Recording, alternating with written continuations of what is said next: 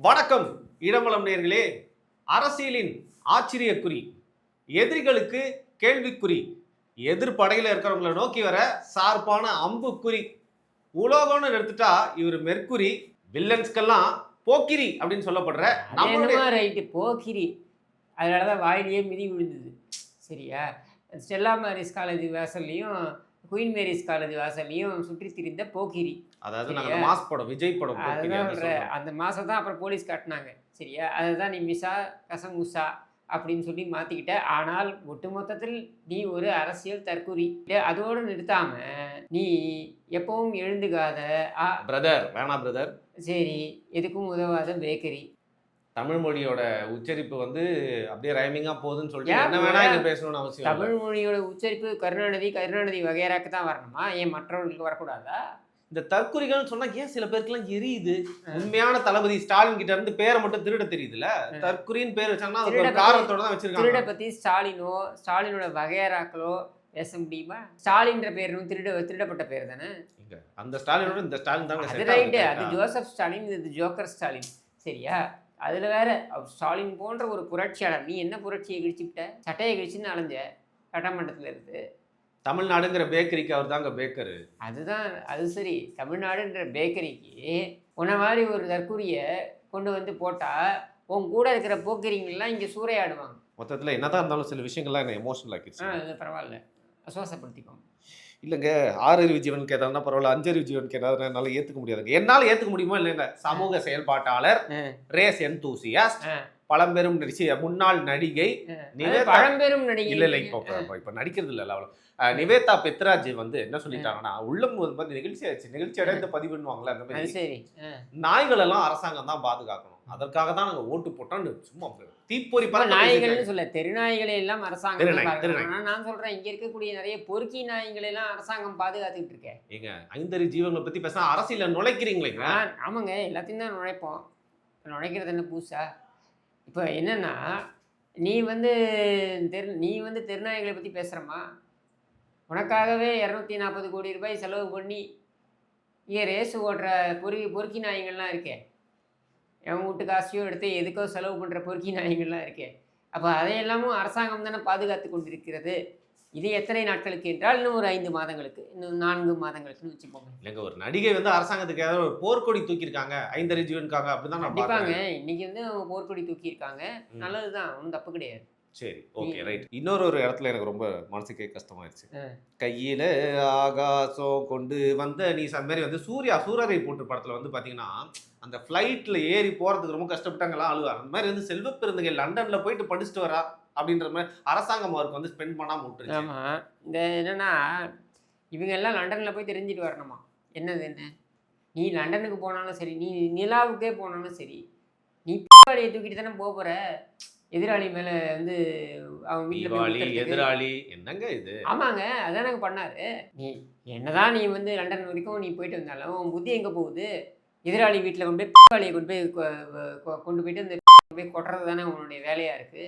அப்போ இந்த புத்திக்கு எதுக்கு லண்டன் வரைக்கும் போகணும்? என்னதான் இருந்தாலும் ஒரு இங்கே இருக்கிற லெட்ரின் வரைக்கும் போயிட்டு வா. ஐயோ சரி, ஓகே, சரி விடுங்க. இன்னொரு முக்கியமான விஷயம் என்னன்னு பார்த்தீங்கன்னா, ஒரு ப்ரெஸ் மீட் நடக்குது. அதில் வந்து ஒன்றிய அரசுக்கு எதிராக வந்து தயநிதிமாறன் பேசிட்டு இருக்காப்புல. அப்போ வந்து டக்குன்னு சேகர்பாபு அவர் காரில் பக்கத்தில் ஒரு கால் வருது. கால் எடுத்துட்டு தயநிதிமாறன் கிட்ட காட்டுறாரு, உங்களை பற்றி தான் பேசிட்டு இருக்கோம் அப்படிங்கிறாரு. இது என்ன சொல்றாங்கன்னா, பாஜகவில் யார் கூட வந்து இவ்வளோ இணக்கமாக இருக்கிறாங்க பாருங்க, ப்ரெஸ் மீட்டில் யாருக்கும் போய் ஃபோனெல்லாம் எடுத்து வந்து உங்கள் கூட தான் பேசிட்டு இருக்கோன்னு சொல்கிறாங்களே அப்படிங்கிறாங்க. ஏங்க, அந்த தயாநிதிமாறன் ஒரு ஃபேரக்ஸ் பேபி. இந்த மூஞ்சியை மட்டும் நல்லா அப்படியே பாலிஷ் போட்டுன்னு வந்து நிற்பான். இந்த வரைக்கும் நெஞ்சு வரைக்கும் அப்படி பேண்ட்டை போட்டுக்கிட்டு அங்கே வந்து நிற்பான். சரியா? அங்கே நின்றுக்கிட்டு என்னத்தையோ வளருவான். அவனுக்கு சுயமாக பேச கூட தெரியாது, 4 வார்த்தை பேச தெரியாது. எனக்கு நல்லா ஞாபகம் இருக்குது, 2006 தேர்தல் நினைக்கிறேன். 2006 தேர்தலில் கருணாநிதி உட்காந்துருக்காரு மேடையில். இவன் பேசுகிறான், இதில் வைகோவை பார்த்து பேசுகிறான். வைகோ வந்து அப்போ கூட்டணியை உடைத்து கொண்டு அதிமுக பக்கம் போயிட்டார். சரி, இவன் பேசுகிறான், கருணாநிதியை வைத்துக்கொண்டே இவன் பேசுகிறான். மற்ற தலைவர்கள்லாம் உட்காந்துருக்காங்க, கூட்டணி கட்சி தலைவர்கள்லாம் உட்காந்துருக்காங்க இந்த மேடையில். ஐ திங்க் மருத்துவர் ராமதாஸ் கூட உட்காந்துருக்காரு 2006 இல்லையா? சொல்கிறான், டேய் ஒத்தைக்கு வாடா சூமோ. தயாநிதிமாறன் நிஜமா இப்படிலாமா? ஆமாம், அப்படியே பேசுகிறான். அதுக்கப்புறம் கருணாநிதி மைக்கை பிடிச்சி பேசுகிறார், நீ வந்து இது மாதிரிலாம் வந்து அசுவாசப்படுத்திக்கணும், அரசியலில் அடக்கம் தேவை அப்படின்ட்டு. அந்த காலத்து சிவாஜி கிருஷ்ணமூர்த்தி தானே இந்த கருணாநிதியே. அதனால் இவங்களுக்குலாம் இவ்வளவு தான் அறிவு. சிவாஜி உருவாகிறதுக்காக வசனம் எழுதுறவர் கருணாநிதி. என்ன சிவாஜி அது கிருஷ்ணமூர்த்தி அதை வந்து சிவாஜியே சொல்லிட்டாரு. உன் வசனத்தால் நான் பிரபலம் அடையலை, உன் வசனத்தை நான் பேசியதால் நீ பிரபலம் அடைந்தாயின்னு பேசி அந்த பேப்பர் கட்டிங்கே இருக்குது. சரியா? என்ன பெரிய நீ வசனம் எழுதி கிரேசி மோகனோட பெரிய வசனம் கர்த்தவா கருணாநிதி? ஏதாவது பராசக்தின்ற ஒரு கதையை வச்சுக்கிட்டு நீ உருட்டிக்கிட்டு இருக்க. அன்னிலேருந்து பராசக்தி பராசக்தி திரும்பி வருதுங்க, இன்னொரு பராசக்தி கையிலே ரீபூட் பண்ணி வருது ஜான்ரு. எத்தனை வாட்டி வேணா வரட்டும். கைலேராஜன் அப்படின்றவருடைய அந்த கதையை திருடி அவருடைய வசனங்களை திருடி நீ வந்து எழுதின, அவ்வளவுதான். இது என்ன பெரிய நீ எழுதி கிழிச்சுட்டியா? சரி, கோவப்படாதீங்க. நான் ஏன் கோவப்படுறேன்? இல்ல, இன்னும் கோவப்பட போறீங்க. அந்த அளவுக்குலாம் நீ வரது கிடையாது. நான் ஏன் கோவப்படுறேன்? இனிமேல் சொல்லக்கூடிய விஷயம் கண்டிப்பா உங்களுக்கு கோவப்படும். அது பல போராட்டங்களுக்கு சிறை சென்று வந்த நம்ம உதயநிதி இருக்காருல்ல, துணை முதல்வர் உதயநிதி. என்ன போராட்டத்துக்கு சிறை சென்று? சுபவி தான் சொன்னாரு. அவரு கேளுங்க, என்ன கேக்குறீங்க? சுபவி சுபவி 1000 சொல்வாரு. என்ன சரியா? என்ன போராட்டத்துக்கு சிறை செல்லாமல் இருப்பதற்கு வேண்டுமானால் உதயநிதி போராடினான் அப்படின்னு நம்ம சொல்லலாம். என்னன்னா அந்த கார் ஒன்று இம்போர்ட் பண்ணான். அது ஆக்சுவலி எல்லாரும் வந்து அம்மர் கார்ன்றாங்க. அம்மர் கார் கிடையாது. அம்மர் கார் வந்து 1 கோடி ரூபாய் தான் அந்த காலத்தில். நான் சொல்கிறது இவன் இம்போர்ட் பண்ண கார், இவன் ஸ்மகிள் பண்ண கார் எதுன்னா ஆஸ்டன் மார்டின். ஓ, அந்த ஆஸ்டன் மார்டின் காரை வந்து இவன் ஸ்மகிள் பண்ணான் அப்படின்னு சொல்லிட்டு இவன் மேலே வந்து கேஸ் போட்டாங்க. ராமச்சந்திராவுடைய ஹாஸ்பிட்டல் இருக்கு இல்லையா, அந்த அவங்களுடைய ஓனர் வெங்கட்ட அவருடைய பேரும் இதில் அடிபட்டுச்சு. இதெல்லாம் அடிபட்ட உடனே இவன் என்ன பண்ணான், இவன் அப்ஸ்காண்ட் ஆயிட்டான். அது மட்டும் இல்லை, பார்ட்டாக அந்த காரை பிரித்து கொண்டு போய் கடலில் போட்டாங்க. புதுப்பேட்டில் வித்துட்டாப்ல. கடலில் போட்டானு. கடலில் போட்டாங்களா? பார்ட்டாக பிரித்து. இது எவ்வளோ ரூபாய் அந்த காரு? 3 கோடியோ 4 கோடியோ வாட் எவர் இட் இஸ். மாட்டிக்கு போகிறாங்கன்னு பயந்துக்கிட்டு. அவ்வளோதான் இவன். சரியா? இவனெல்லாம் பெரிய நீ என்னமோ அப்படியே பெரிய ஒரு பில்டப் கொடுத்துக்கிட்டே இவன் போராடி சிறைக்கு சென்றான். எத்தனை வாட்டி இவன் போராடி சிறைக்கு சென்றிருப்பான்? இவன் போயிருப்பானா சிறைக்கு? என்னதான் இருந்தாலும் அதாவது எந்த அளவுக்கு வரலாறை எப்படி மாற்றுகிறார்கள்ன்றதை பாருங்க. இதுதான் இவர்களுடைய அந்த குயுக்தின்னு வாங்கல. இது மாதிரி தான். என்னன்னா இது மாதிரி தான் கருணாநிதி குடமுருட்டி.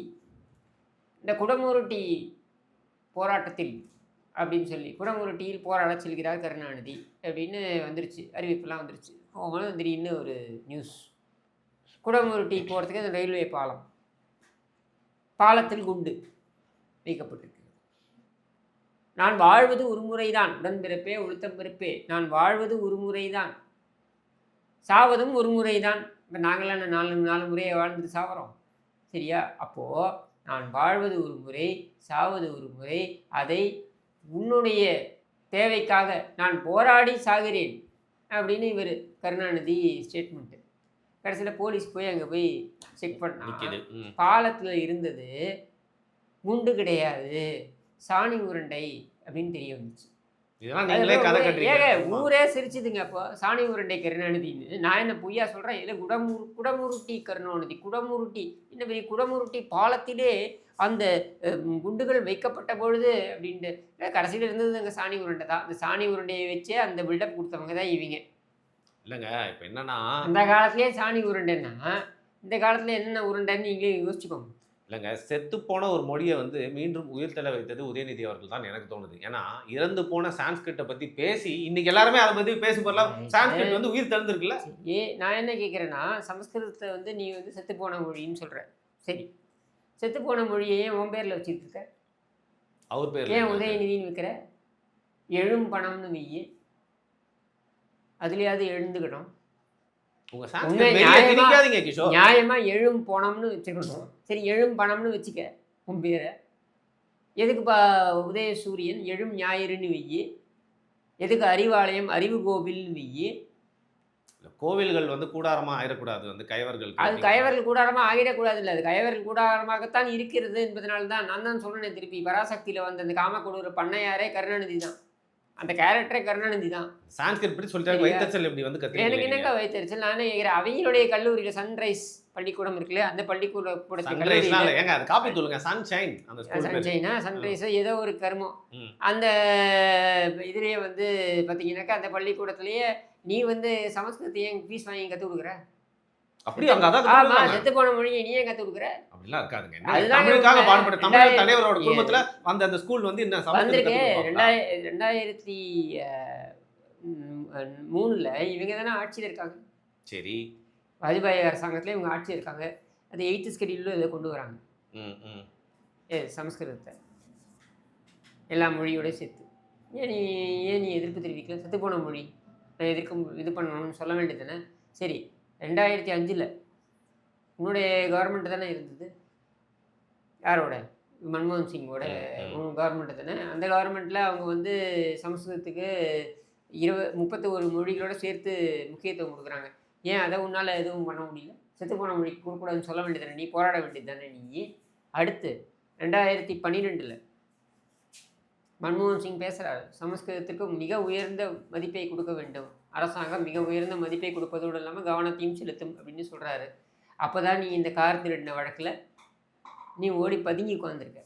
ஏன் அன்றைக்கி உன் தாத்தா சொல்ல வேண்டியது தானே?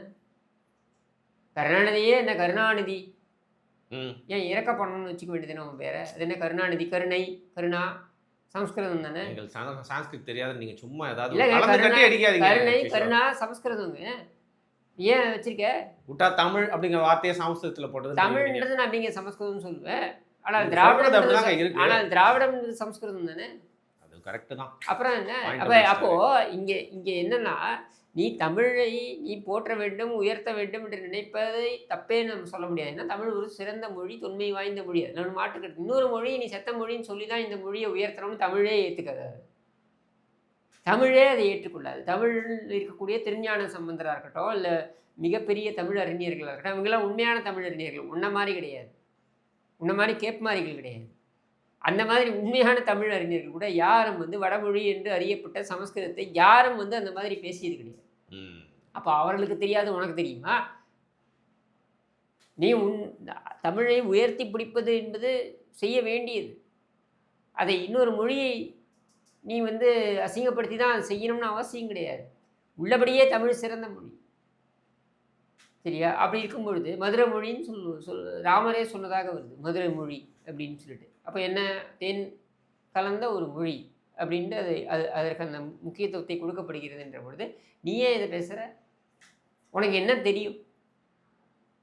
கிருத்திகா உன் முன்னாடி பேர் தமிழாது. அப்போது உன்னுடைய குடும்பத்திலேயே நீ சமஸ்கிருத பேரை தான் வச்சுக்கிட்டு இருக்க, தமிழ் வைக்க முடியல. அப்புறம் நீ என்ன ஊருக்கு உபதேசம் பண்ணுற? இன்னொரு மொழியை பார்த்து செத்த மொழின்னு சொல்கிற. செத்த மூதி நீ அப்படின்னா அது புரிஞ்சுக்குவாங்க, புரிஞ்சுப்பாங்க. ஏங்க என்ன உட்கார் பேச கெட்ட வார்த்தை பேசி மாட்டி விட்றாதுங்க. என்ன கெட்ட வார்த்தை? கருணாநிதியை விட கெட்ட வார்த்தை இருக்க முடியுமா? அதுவே சமஸ்கிருதம் தானே. சரி, தொடர்ந்து கெட்ட வார்த்தைகளை பேசுவது கிஷோரிடம் இதோட பேட்டியை தொட முடியாது. இந்த பதில் உங்கள்கிட்ட பெற்றதுலேருந்து நான் பேட்டியை வந்து எனக்கு முடிச்சுக்கிறேன். உள்ளத்தையும் பற்றி வெளிப்புற தோட்டத்தையும் வந்து பார்த்தீங்கன்னா எப்பவுமே வந்து தூய்மையாக வச்சுக்கணும் அப்படின்னு சொல்லுவாங்க. உங்ககிட்ட பேசினதுனால என்னுடைய உள்ள தூய்மை, முதல்ல தூய்மை பணியாளர்களுக்கு என்ன செய்ய முடியுமோ அதை செய்யறதுக்கு வழியே பாருங்க. அப்புறம் நீங்கள் உள்ளத்தை, எண்ணத்தை, வெள்ளத்தை, வேற ஒன்றத்தை எல்லாத்தையும் நீங்கள் யோசிக்கலாம். என்ன தளபதி எது சொன்னாலும் உங்கள் ஆட்சியோட இணைச்சி விடுறாரு. சரி, முடிச்சுப்போம். நன்றி.